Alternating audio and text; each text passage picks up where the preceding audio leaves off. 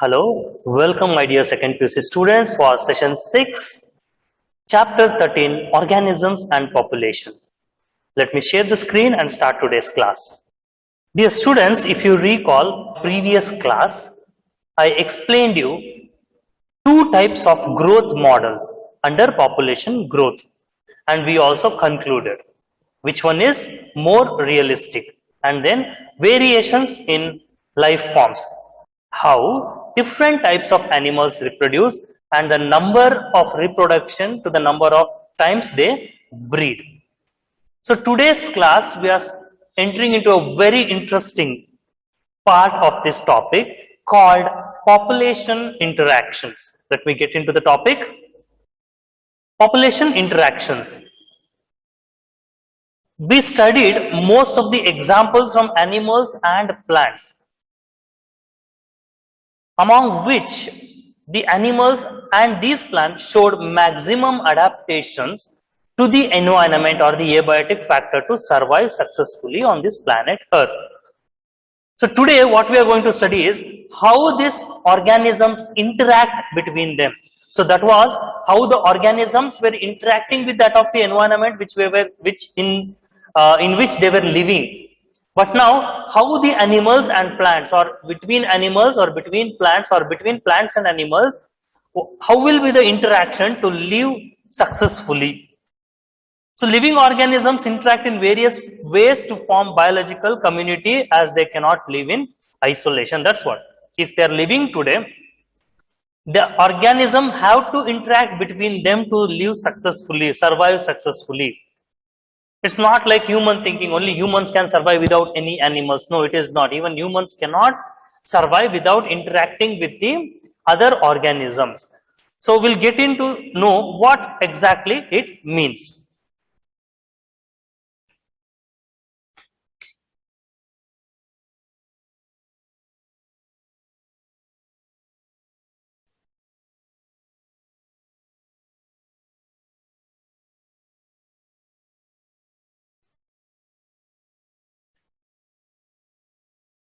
See, here we are studying the definition for interspecific interaction.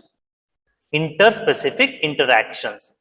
See, interaction of populations. Populations can be anything, plant population or animal population, any tiger population, deer population, anything. So, population interaction will be always of two types. The one which is given is interspecific, the other one is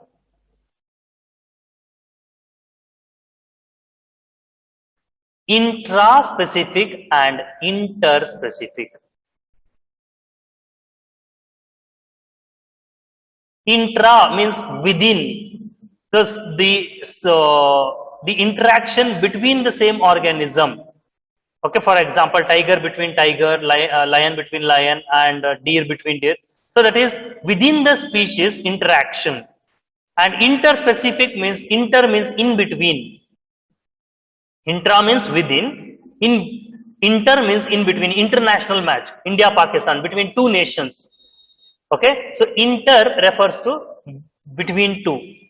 So interaction of population between two different species is called as interspecific interaction. This can be a very important definition for you. So it is of different types. Okay, now we studied the two types of interspecific. Now we are discussing only regarding interspecific interaction. In this textbook, in this part, we are going to study interaction between two different species. The first one we are going to study is mutualism. Mutualism means beneficial for both the organisms. We'll study in detail definition and examples in detail, where beneficial to one organism and other species or the other organism is harmed. Two types of interaction name is there: parasitism and predation. So don't worry, we are going to study each one in detail now.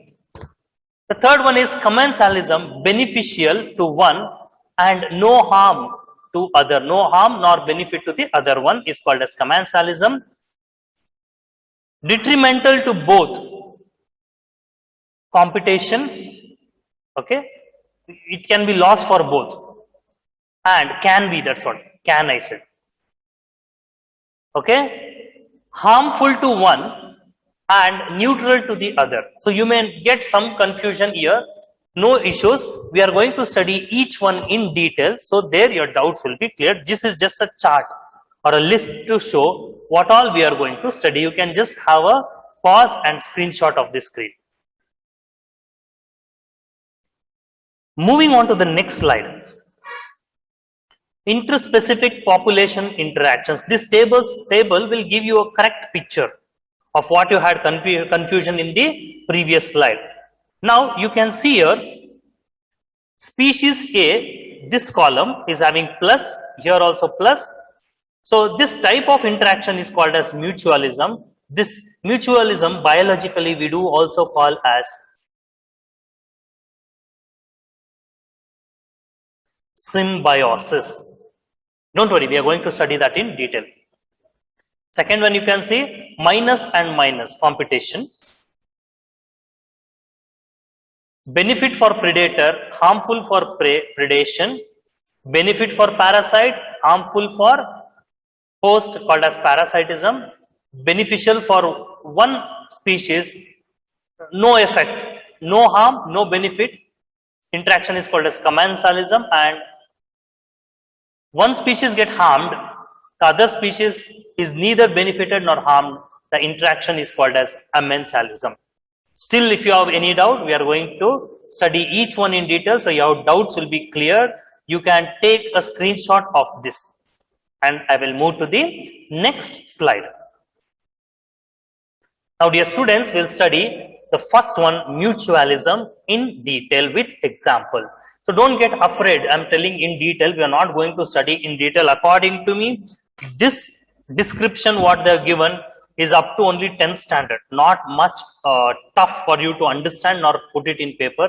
But you people will find difficult to put it in paper because though the points are very easy, you will have a overconfidence thinking that I will do at the end of the examination. I'll do the revision at the end of during the commencement of examination, and finally you will lose the marks. So very, very important. You need to write all this in the paper. That is very, very important. During this pandemic, most of the students have lost the ability to write. Keep 2-3 lines in mind and put it on paper is very, very difficult for the students during this pandemic. So don't be one among them. So every slide, take a screenshot, memorize, and then put neatly in your biology notebook.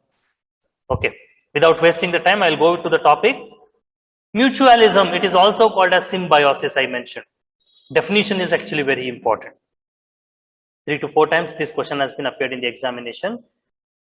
First, you have to mention it is a type of interspecific interaction. That is very important.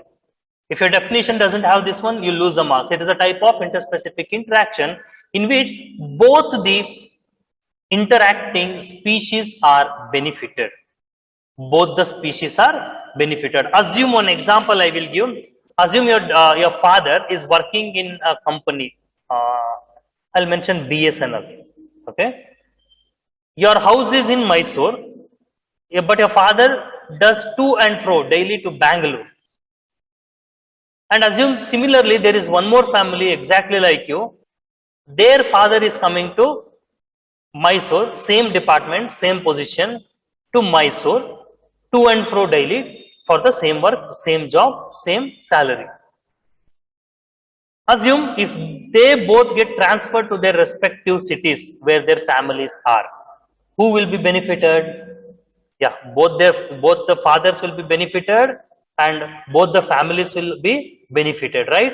So this is what mutual. So it should be beneficial for both the species. Now forget about the example. We'll speak about the animals which shows this symbiosis. The best examples are the examples that has been mentioned in the textbook. Among which the first example, lichens. Okay, keywords are given different color. You should also underline it using scale and pencil. Lichens show mutualistic relationship. So between what? Between fungus and algae or cyanobacterium. Fungus and cyanobacterium. So how do they live successfully together? They are found together. And one more thing, in your school days, what are lichens? If they ask, you used to tell what? Lichens are the indicators of air pollution, isn't it? So that is just a general knowledge. Here to ask, Here, absorption of nutrients is done by fungus. They are together. Absorption of nutrients is conducted by or facilitated by fungus, and it also provides protection. So what it is doing, absorption of nutrients, first function, and also it is protecting, okay, the colony or the together structures, whatever we find. Okay, when they are found together, so among that, fungus is taking a different work function, work description. It absorbs the nutrients, also it gives protection. While the food is food is prepared and provided by algae. Algae ಬಂದ್ಬಿಟ್ಟು food ನ prepare ಮಾಡುತ್ತೆ, fungus ಏನ್ ಮಾಡುತ್ತೆ, ಅದನ್ನ absorb ಮಾಡುತ್ತೆ, ಮತ್ತೆ ಅಲ್ಲಿರೋ ಕಾಲೋನಿಗೆ protection ಕೊಡುತ್ತೆ. Understood? So here both help one another and they are found successfully living together. So this relation is an example for mutualism. We'll see a photograph of that one. You can see this is what lichens looks like, and this is what another picture. An organism made up of fungus and green algae in a symbiotic relationship. ಅವೆರಡು ಜೊತೆಲೇ ಇರ್ತದೆ, ಒಂದಕ್ಕೊಂದು ಒಗ್ಗಿದೆ. Okay, they are symbiotic, they are mutualistic. You can take a screenshot. Diagrams and photo is not required for your examination. Only this point is very, very important, definition and this point. We'll move to the second example. Mycorrhizae. So they show mutualistic association with which a fungi and roots of higher plants. There is one more example what I studied in my college days. Nitrogen fixing bacteria are found in leguminous plants. Last year you might have come across Leguminosae family in botany. The one which is having legumes, beans, batani, spices, peas. Okay, beans and peas, etc. are the example for Leguminosae in which we find nitrogen fixing bacteria. A similar type of mutualistic association or symbiotic association is seen between fungi and roots of higher plants. Fungi ಬಂದ್ಬಿಟ್ಟು higher plants the roots ಅಲ್ಲಿ stay ಆಗಿರುತ್ತೆ. Here, absorption of essential nutrients by the plant is facilitated by the fungus. ಈ fungus ಆ root ಅಲ್ಲಿ present ಆಗಿದ್ಕೊಂಡು absorption of nutrients ನ increase ಮಾಡುತ್ತೆ. At the same time, so the higher plants are getting benefited how? By good absorption of nutrients. ಅರ್ಥ ಆಯ್ತಿದೆಯಾ? ಆ ದೊಡ್ಡ ಗಿಡಗಳಿಗೆ ಹೆಂಗೆ ಹೆಲ್ಪ್ ಆಗುತ್ತೆ? Fungus will help to absorb. Fungus nutrients ನೆಲ್ಲ ಫಾಸ್ಟ್ ಆಗಿ ಅಬ್ಸಾರ್ಬ್ ಮಾಡೋದಕ್ಕೆ ಹೆಲ್ಪ್ ಮಾಡುತ್ತೆ, ಎಫಿಷಿಯಂಟ್ ಆಗಿ ಅಬ್ಸಾರ್ಬ್ ಮಾಡೋದಕ್ಕೆ ಹೆಲ್ಪ್ ಮಾಡುತ್ತೆ. And what help the fungus is getting? The fungus is getting food from that plant. ಆ ಫಂಗಸ್ಗೆ ಪ್ಲಾಂಟ್ ಬಂದ್ಬಿಟ್ಟು ಫುಡ್ ಕೊಡುತ್ತೆ, ವೆರಾಸ್ ಫಂಗಸ್ ಬಂದ್ಬಿಟ್ಟು ನ್ಯೂಟ್ರಿಯೆಂಟ್ಸ್ ನ ಅಬ್ಸಾರ್ಬ್ ಮಾಡೋದಕ್ಕೆ ಹೆಲ್ಪ್ ಮಾಡುತ್ತೆ ರೂಟ್ಸ್ ಇಂದ. Did you understand? So here the sentence itself gives a clear cut explanation. Here the absorption and of essential nutrients by the plant is facilitated by the fungus. So fungus is helping, whereas the plant provides food for the fungus. So both are getting benefited by this mutualistic association. Understood? So we'll see the example, photograph I collected. See, in this image you can see this side of this road, it's not the same plant, just to show. Here there is no fungus, so you can see the root and root hairs. So there is no root hairs and no proper penetration of the root into the soil. But on the other side you can see presence of this mycorrhizae is there. ಎಷ್ಟು root hairs present ಆಗಿದೆ, ಎಷ್ಟು branching ಇದೆ, how much absorption for surface, how much surface area for absorption is provided by the mycorrhizae towards this side. So that is a major difference. One more photo is there, I'll show you. See, if symbiosis of mycorrhizae is there, means it can overcome drought, it can overcome heat in the soil, it can overcome the salt concentration, excess of salt concentration is there, and if at all there is any osmotic stress, it can overcome. And what are the beneficial aspects we can see with this association? Better mineral nutrition, increased photosynthesis, higher growth, increased water uptake, improved water use and its efficiency, production of osmoregulators, induction of stress genes. So ಈ fungus ಆ root ಅಲ್ಲಿ ಇತ್ತು ಅಂದ್ರೆ ಇಷ್ಟೊಂದು benefits ಒಂದು plant ಗೆ ಇರ್ತದೆ. So many benefit is there if there is a mutualistic relationship between mycorrhizae and the higher plants. You can take a screenshot of this one. Keep in mind, these photos are not required for your examination. Only the line which I have typed is very, very important. I'll move to the next slide. The third example is plants and seed dispersing animal agents. A very interesting and funny thing you may feel. Okay, animal disperses seeds of plants. So animals are helping the plants for their seed dispersal from one locality to another locality, from one location to another location. So plants are getting benefited, right? Why? Plants cannot move, and some seeds of plants are there which are very heavy.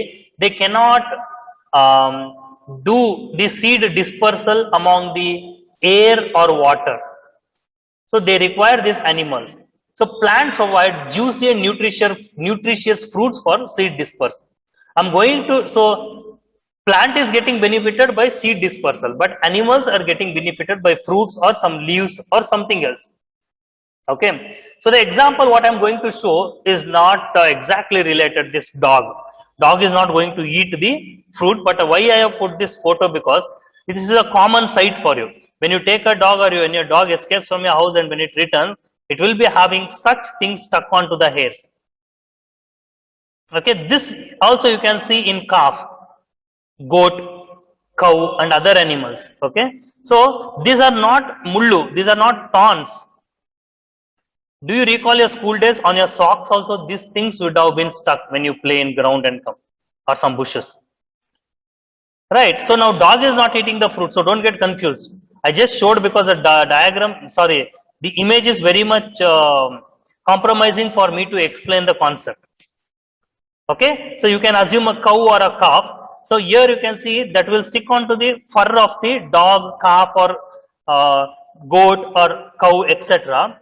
And once they move for a little distance, they fall there and on the soil, and then they imbibe, absorb soil, absorb moisture, and then they germinate into new plant. But for those cows and other goat and all, this will provide juicy and nutritious fruits or leaves or etc. And but you can see here bird. A schematic representation is that the bird will come eat the fruit here, and some seeds will get stuck to the feathers of the bird. The bird will fly from region 1, 2, and once it comes to 3, okay, it may make it fall, or else if it has eaten the fruit, the fruit seed cover will be digested by the digestive system, and once it excrete, the excreted fecal matter of the bird will be having the seed, and then these particular species of plants may germinate.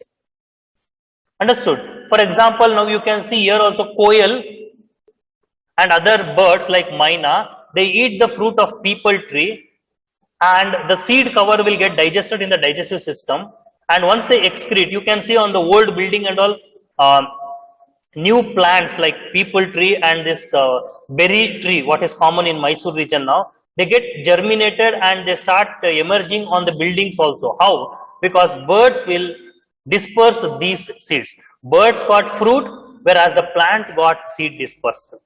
Okay, once again, this is also a mutualistic relationship seen between plants and seed dispersing animal agents. Animal means even birds are included. Okay, what?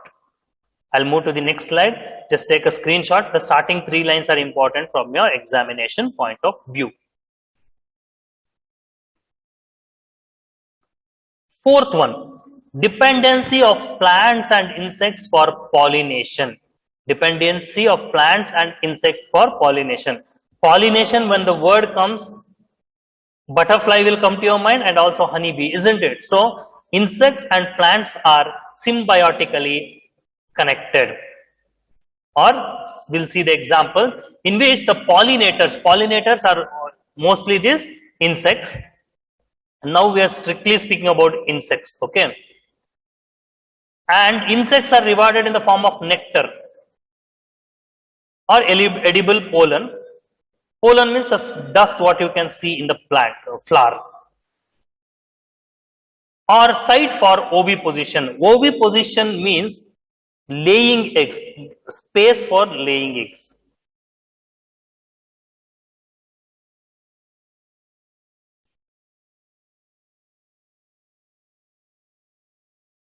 We'll see with an example. See, this is the magnified image of a honeybee, worker honeybee. Okay, two honeybees are there, 1, 2, here. You can see, it is sitting on the flower, but you see on the body, numerous yellow dots you can see, right? They are all pollen grains. When a honeybee goes to a particular flower, it collects the nectar and also it collects pollen to prepare honey. At the same time, when it goes to another flower, it will dust or dump, or it makes most of the pollen grain fall onto that flower.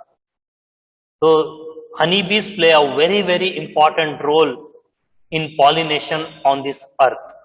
If no honeybees, no trees, no earth.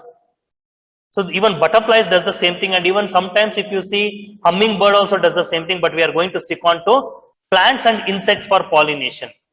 Plant is offering what? Nectar and pollen for the edible, tinnokaganta pollen grains kodutte. But what these insects are doing? They are doing a main function called as pollination. And some flowers, you may be wondering, when we eat mango, when we cut in the seed, we may find small larvae and all, or in the fruit, we may find small larvae. When did that larvae get in there? When it was flower only, these insects lay the eggs.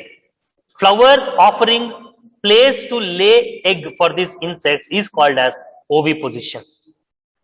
Okay, so in this slide, you can just take a screenshot and write these 3 lines in your notes. I'll move to the next slide. Fifth one, a particular species of fig tree, atti annu. Anjura ತರ ಇರುತ್ತದೆ, ಅತ್ತಿ ಹಣ್ಣು ಅಂತ ಕನ್ನಡದಲ್ಲಿ ಹೇಳ್ತಾರೆ. Fig, everybody will be knowing. The fig what we purchase from the shop, dry fruit shop, it is actually processed. Okay, the raw one, if you see, it will be having numerous insect parasites to be fried. But we are not worrying about insect parasite for now. We are going to study only the interaction between the fig tree and a particular or a specific species of wasp. Not all the wasp, only a specific species of wasp. So we are going to study, though we find the largest number of parasite in this fruit, we are not going to discuss regarding on that one. We are going to study only wasp and fig, specific species of wasp and that particular fig tree. The wasp pollinates the fig inflorescence. Inflorescence is the bunch of florets. Bunch of florets in that what? Bunch of florets in that flower-like structure what we see. Okay, so flowers and inflorescence is totally different. You have studied in first PUC. So what happens? This wasp will come and do the pollination. Okay, so the wasp pollinates. It goes to one inflorescence and another inflorescence. Why it goes in here? It is given. Not exactly for eating the nectar or collecting the pollen dust. It goes to lay the egg in the inflorescence. ಅರ್ಥ ಆಗ್ತಿದ್ಯಾ? ಈ ವಾಸ್ಪ್ ಬಂದ್ಬಿಟ್ಟು ದುಂಬಿ ಅಂತ ಕರಿಬಹುದು, ಕನ್ನಡದಲ್ಲಿ exact term ಗೊತ್ತಿಲ್ಲ. ಈ ವಾಸ್ಪ್ ಬಂದ್ಬಿಟ್ಟು ಅಲ್ಲಿ ಮೊಟ್ಟೆ ಇಡಕ್ ಹೋಗುತ್ತೆ ಇನ್ಫ್ಲೋರೆಸೆನ್ಸ್ ಅಲ್ಲಿ. ಸೊ ಈ ಗಿಡ ಬಂದ್ಬಿಟ್ಟು ಈ ಫಿಗ್ ಟ್ರೀ ಬಂದ್ಬಿಟ್ಟು ಅದಕ್ಕೆ ಮೊಟ್ಟೆ ಇಡಕ್ಕೆ ಜಾಗ ಕೊಡುತ್ತೆ. That is the benefit what wasp is getting. ಆ ಗಿಡಕ್ಕೆ ಏನ್ ಬೆನಿಫಿಟ್ ಸಿಗ್ತಾ ಇದೆ? ವಾಸ್ಪ್ ಬಂದ್ಬಿಟ್ಟು ಪಾಲಿನೇಷನ್ ಮಾಡ್ತಾ ಇದೆ. ಅರ್ಥ ಆಗ್ತಿದ್ಯಾ? So what is pollination? Carrying of pollen grains from one flower to the another flower of the same plant or to the other one. Okay. In return, the fig provides the wasp some of its developing seeds as food, and also for the developing wasp larva. The wasp goes and lays egg in the inflorescence. So once the egg hatches out after incubation period, immediate food will be provided for those developing larva. ಅದು ಮೊಟ್ಟೆ hatch out ಆದಾಗ ಆ ಲಾರ್ವೆಗೆ ಅದು food ನ ಕೂಡ provide ಮಾಡ್ತದೆ. So both are benefited.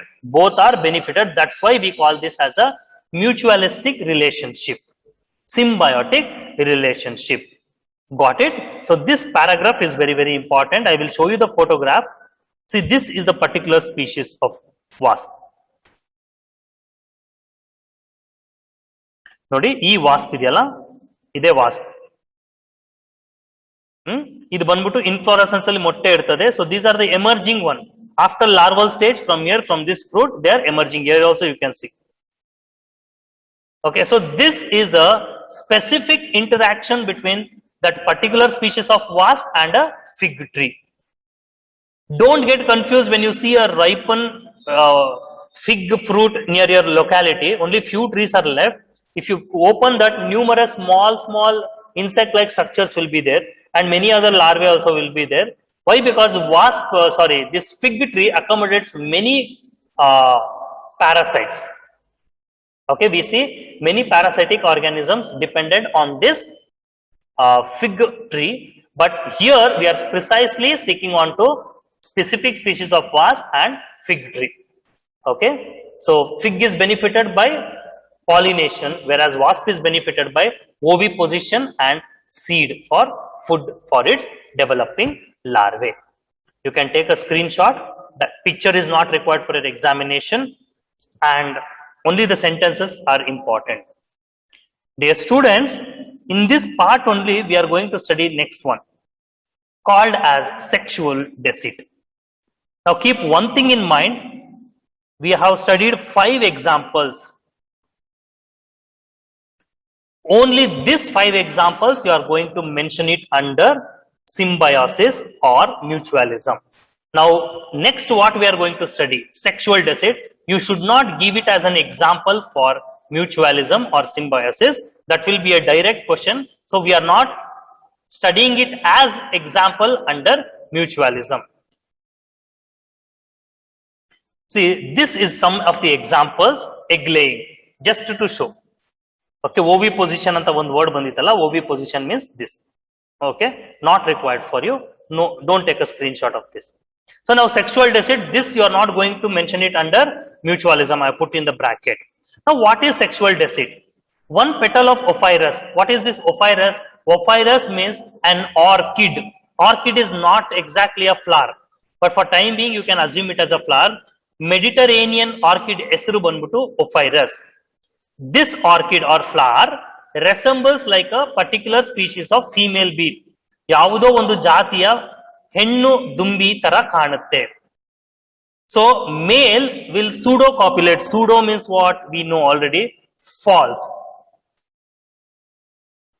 Copulation means mating. So male will pseudo copulate with that flower. This phenomenon is called as sexual deceit. So this 3 line you have to read carefully and by heart.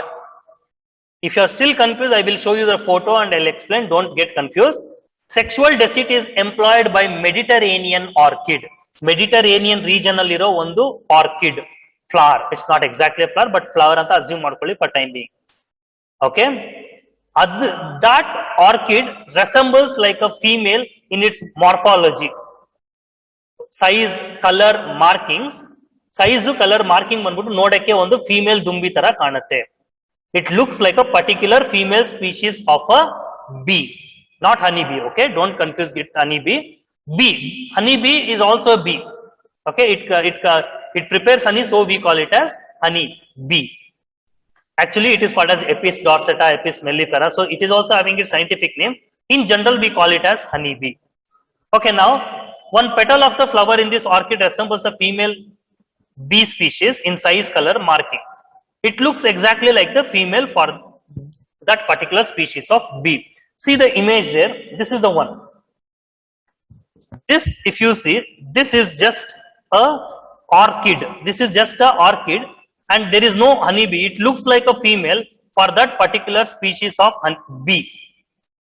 This bee, male bee, what it thinks, it is a female, and it will go sit on it and pseudo copulates. It copulates, it mates with it. Why it is called a pseudo copulate? But it is not a natural true mating. It is not a true natural copulation. So we use the word pseudo copulation. Understood?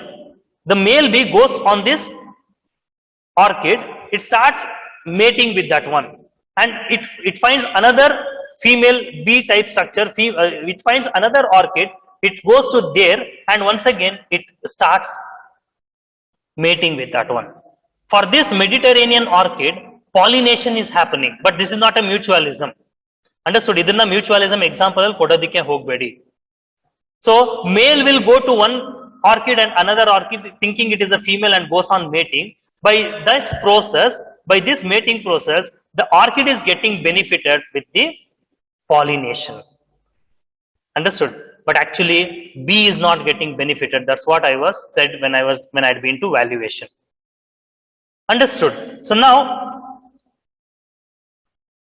it is what? That orchid is perceived as female by the male bee and it pseudo copulates with it. These are the points you are supposed to write when it is asked for a 3-mark question. The pollen grain becomes dusted on the body of the male during this process, and when the bee is attracted by another flower is actually a wrong term to be used, another orchid of this species, and repeats the process, the pollen grains get dusted onto the stigma and pollination occurs. So here Mediterranean orchid is only getting benefited. Mediterranean orchid matra benefit agutte, not the bee. You can see the images once again. Okay, the bee is going and mating. So this is the other species of Mediterranean. Okay, so best example is what we saw in the previous photograph, this one. So this I want you to take a screenshot. The thing what is typed is very, very important from the examination point of view. The pictures are not important for you. Now if you see, these 3 points are also very important when it comes to 3 marks. Okay, this picture is not important. So this is sexual deceit, very, very important for 1, 2 and 3 mark question. This also I want you to take as a screenshot. And I want you to write without seeing each point. I want you to write in your own sentence, but not copying each sentence. Okay, so this is sexual deceit in Mediterranean orchid and the particular bee species. So this will not come under mutualism or symbiosis. Dear students, there is a small video of this sexual deceit employed by Mediterranean orchid Ophrys with that of bee.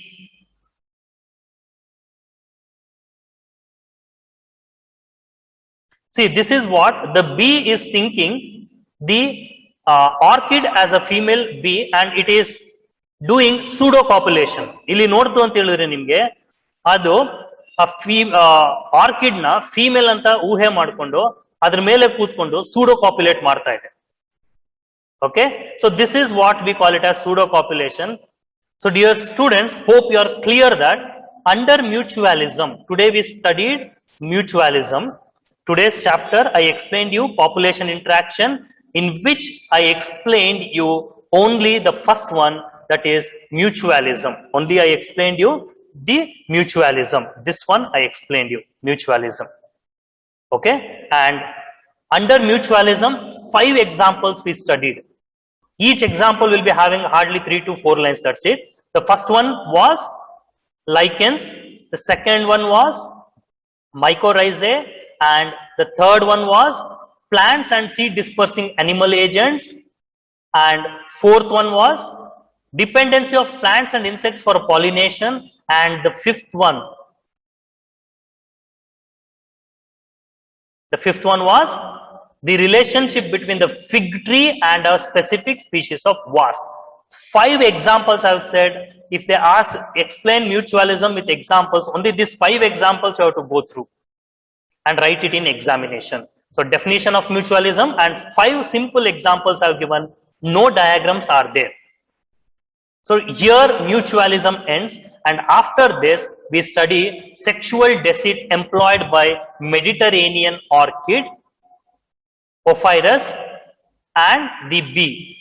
So this sexual deceit we are going to study for 3 marks, but not under mutualism. Hope the concept is very much clear for you. So, signing off from today's session 6, chapter 13, organisms and population, we studied on the mutualism. Thank you, students. Take care.